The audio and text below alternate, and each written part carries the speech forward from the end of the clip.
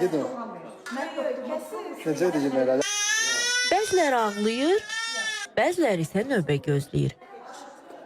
Fərqli yaşda, fərqli ünvandan burada toplaşan balacaların hamısı peyvənddən kənar qalmış uşaqlardır.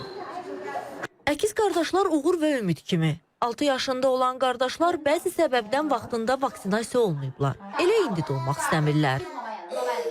Bəzi uşaqlar isə görünür daha cəsarətlidirlər. Statistika göstərir ki, vaxtında aparılan peyvənd proqramları sayəsində bir çox xəstəliklərin yayılma sürəti azalıb. Lakin Azərbaycanda hələ də uşaqlarını peyvənddən yayındıran bəzi ailələr var. Xüsusilə də pandemiya vaxtı bir çox körpələr yeni doğulmuşlar, peyvənddən uzaq qalıblar. Sonuncu peyvəndidir. Əvvəlkilər hamısı oldu. 3 övladım var, üçünün də peyvəndini hər dəfə gətiririk vaxtında.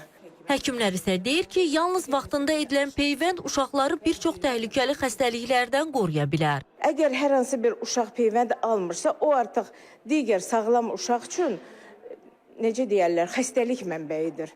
Həmin uşağı yoluxdura bilir. Olur ki, təsadüfən uşaq peyvənd alan günü nəsə uşaqda bir narahatçılıq olur. Hətta elə olur ki, biz məsələn fikirləşirik ki, bu görürsən peyvənddən oldu. 2 gündən sonra meydana çıxır ki, yox, bu uşaq təsadüfən başqa bir xəstəliklə kontaktda olub, uşaqda artıq məsələn qrip xəstəliyi başlayır. Mütəxəssis onu da əlavə etdi ki, hazırda istifadə olunan vaksinlər kombinə olunub. Yəni bir peyvənd vasitəsilə uşaqları nə az, nə çox düz 6 infeksiyadan qorunmuş olurlar. Azərbaycanda istifadə edilən bütün vaksinlər effektiv vaksinlərdir, təhlükəsiz vaksinlərdir. Və hal-hazırda Azərbaycanda 11 infeksiyaya qarşı, peyvəndlə idarə olunan 11 infeksiyaya qarşı peyvənd işləri aparılır. Bu müddət ərzində hər hansı bir səbəbə görə peyvəndlərdən kənarda qalan, müxtəlif səbəblərdən peyvənd almayan uşaqlar dəvət olunur və peyvəndə cəlb olunur.